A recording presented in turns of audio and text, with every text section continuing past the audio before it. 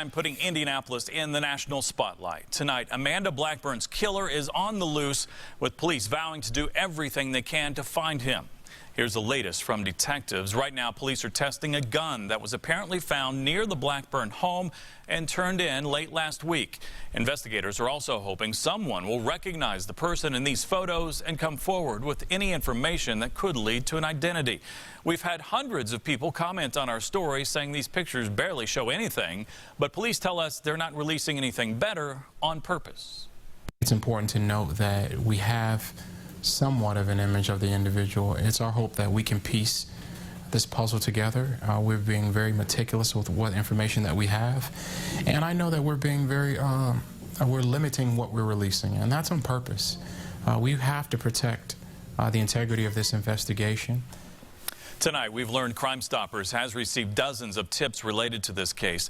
There is a $1,000 reward for information that leads to an arrest. If you live in a tight-knit community, you'll appreciate the efforts made tonight by those who knew the late Amanda Blackburn. Her neighbors gathered tonight in a driveway to talk about ways they can help police catch her killer. RTV6 reporter Chance Walser has more on their efforts.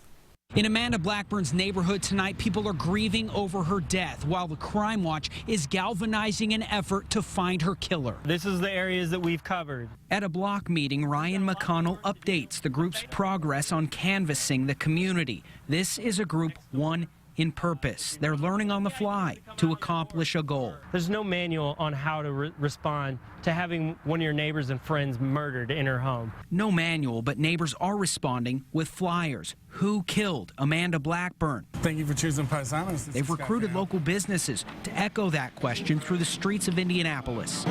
Starting today at Paisanos Pizza on Georgetown Road, a flyer comes with every order. Hoping that one of our customers might know something, either through via word of mouth, or maybe they recognize the picture from just seeing the feedback on TV. This is the photo police have released to the public, taken from a neighbor's security camera.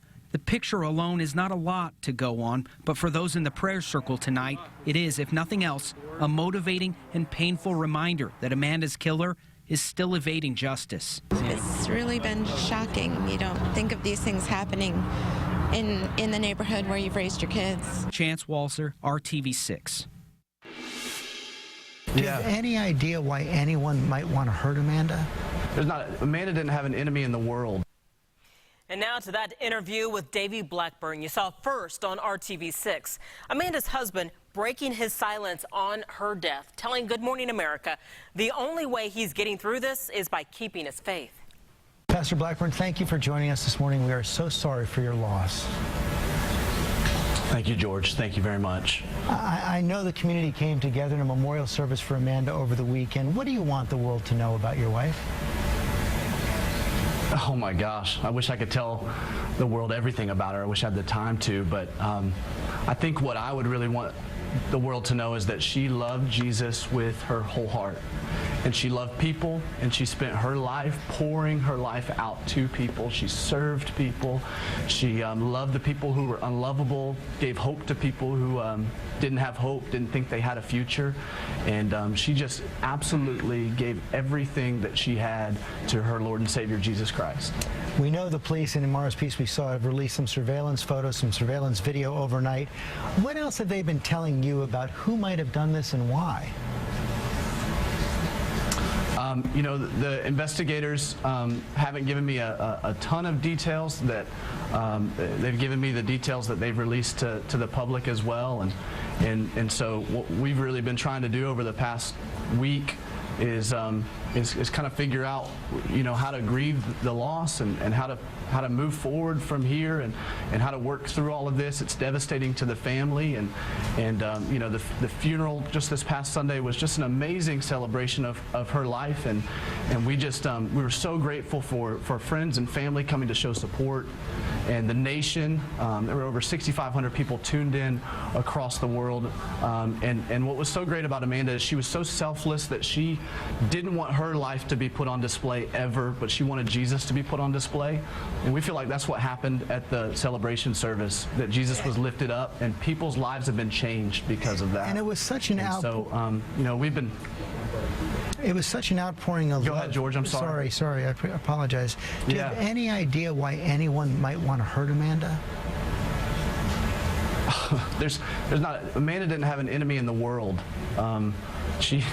I can't imagine any reason why. That's why this has baffled us as much as anybody. And so we are trusting the investigators. They've been so good to us through this whole process, trying to keep us up to speed on what they have, and we trust that you know they are doing the best they can. They've told us they have all the resources at their disposal right now to catch who did this. But the investigators have also said there's a code of silence that may have prevented people from coming forward, even if they have information that might help solve this crime. What do you want to tell those people who might know something about this?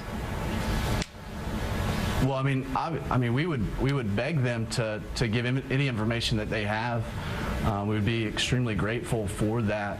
You know, it's really hard to sort through all of the emotions of what we're feeling about all this. Absolutely, we're confused. We don't understand why. We're angry. We're not really sure what to do. But I read Amanda's journal entry just a few days before. She journaled every day of her life, and just a few days before she was killed, she put something in there that just spoke volumes to us that we're deriving strength from. She said, "We don't know what the future holds, but we know who holds the future, and that's Jesus." And so we're drawing our strength from that. And we know that Jesus holds the future, and we can't see it clearly, but she sees it clearly now because she's in heaven with Jesus, and we'll see her soon. I cannot imagine how you're holding up at all through all this. Had there been, when you look at these photos, when you see all this, had there been any other problems in the neighborhood? Did you or any of your neighbors recognize that person? I know it's kind of hard to determine who that might be. That person in the photo? Yeah. I mean, it was such an obscure photo. It's extremely difficult to say that anybody recognized it. I mean, our neighborhood was so close, and it was such a seemingly safe neighborhood, and so this has devastated all the neighbors. I mean, we knew all the neighbors, and we had just had lots of cookouts with them recently, and so we're just as confused as everybody else at this point. Your little boy Weston is just 15 months old. He won't grow up with his mom. Yeah. What are you going to tell him about her? Yeah. I think that's probably one of the hardest things in this whole process, is knowing that he's not going to grow up with Amanda, because she was the perfect mom. I wish every mom in the world could have learned from her. I wish every wife in the world could have learned from her. And I know there's going to be so many stories that we're going to tell Weston as he grows up. But I do know one thing, that through all of this, Amanda's hope and her prayer would be that Weston grows up and sees Jesus through this and falls in love with Jesus. And that would be her hope through all of this. And so as we're dialoguing with him and as we're trying to shepherd his heart as he grows up, we're just going to continue to point to the fact that his mom loved Jesus and loved people, and that's contagious. And so we believe that the Lord is going to do a great work in his life as well. The high-profile murder of Amanda Blackburn has a lot of people questioning their own safety and thinking about getting security cameras like the ones that recorded her killer. You may think they're expensive, but as RTV6's Ebony Monet shows us, it doesn't cost much to get some peace of mind. We spoke to a security expert who specialized in commercial security for more than 50 years. Now he says the same equipment can be put in your home for a few $100. Close hook. There's all sorts of options out there, even cameras disguised as household objects. Tim Wilcox with International Investigators says it's more effective to conceal the cameras so that the criminals don't find ways around them. If you can afford a few $100, it's well worth it, just to give you peace of mind. And nothing worse than having a break into your home or your office, you feel violated. And so everybody wants some kind of closure. Otherwise, you're going to be a police statistic. In the woods of Kessler community where Amanda Blackburn was murdered last week, residents say there's an increased interest in the neighborhood watch, and people who don't have security systems are getting them, while others are making sure the ones they already have are activated. And this heightened alert is not limited to that area. We spoke to people in Beech Grove who say they're also concerned. He came around to the back window. As I was going in the kitchen, I saw him face to face, and then he ran away. It's scary. It is scary, and of course you watch the news and you see all the other murders. Your home security video can be viewed on monitors, computer screens, or even your smartphone. Even setting it up for a text to alert you if someone's detected inside. For the latest in all these gadgets, you can log on to the RTV6 app. Ebony Monet, RTV6. And make sure to stay with RTV6 for full coverage on the Amanda Blackburn case. We've posted Pastor Blackburn's interview with GMA, the latest details on the investigation, and those surveillance pictures of the suspect on our Facebook page, along with on the RTV6 app.